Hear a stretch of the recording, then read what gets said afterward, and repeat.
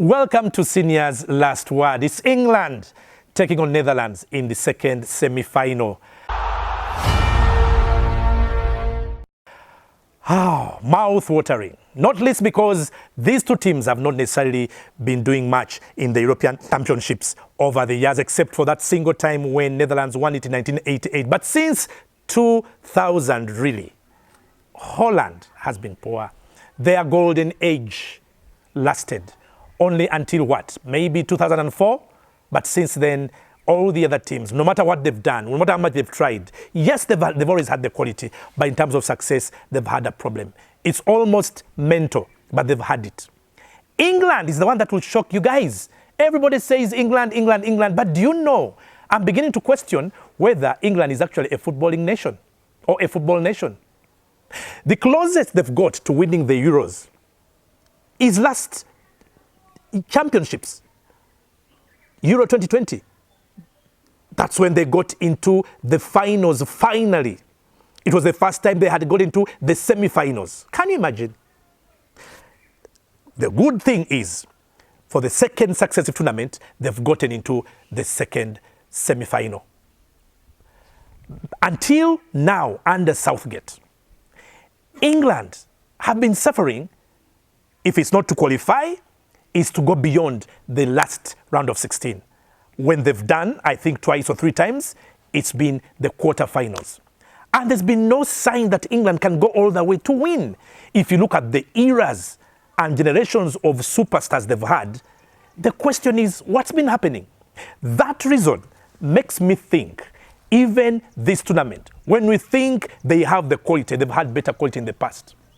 Yes, character-wise, I've said they have the character. They've shown it at this tournament. They showed it last tournament. But they won't play Netherlands. Their history doesn't show me an obvious winner. Because the last time they had a friendly, that was in 2019, Holland actually won 3-1. And they were the visitors.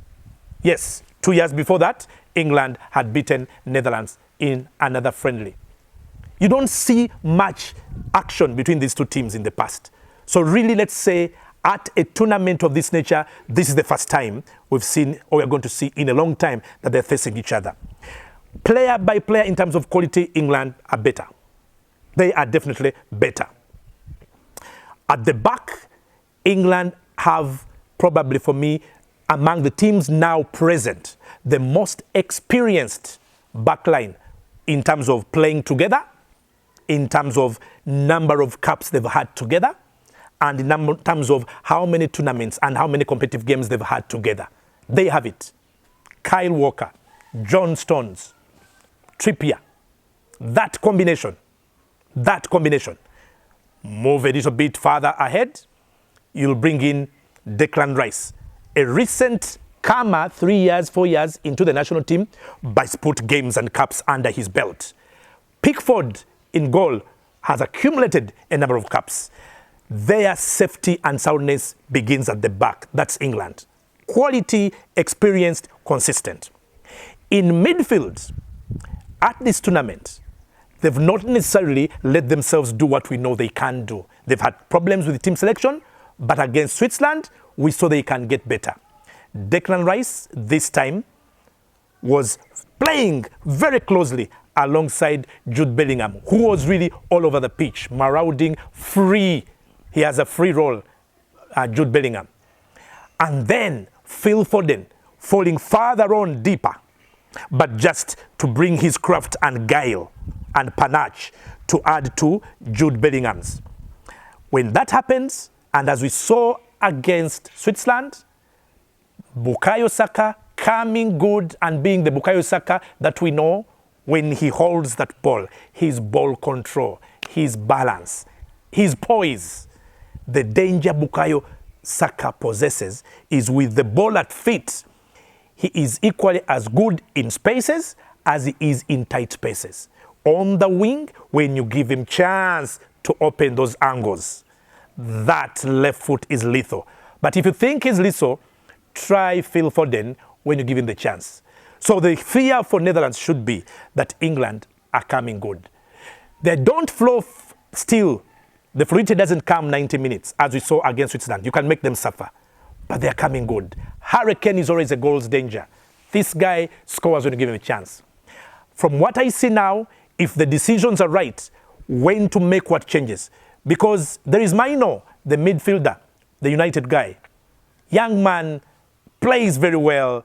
He has templates or tendencies of Didier Drogba in terms of style. But why do I think sometimes Maino showboats? He's a young man. He's almost arrogant. Pogba could afford to be arrogant. He had the experience, the stout, and the stature. This young man is very good, but at times I feel he's a show-off. He's flamboyant, yes, but this is national team football. It's a competition. Show the hunger and the desire and the hardness. He doesn't do all the time. So the team England is good, and at their best, they can beat Netherlands. So let's see what Netherlands has to offer.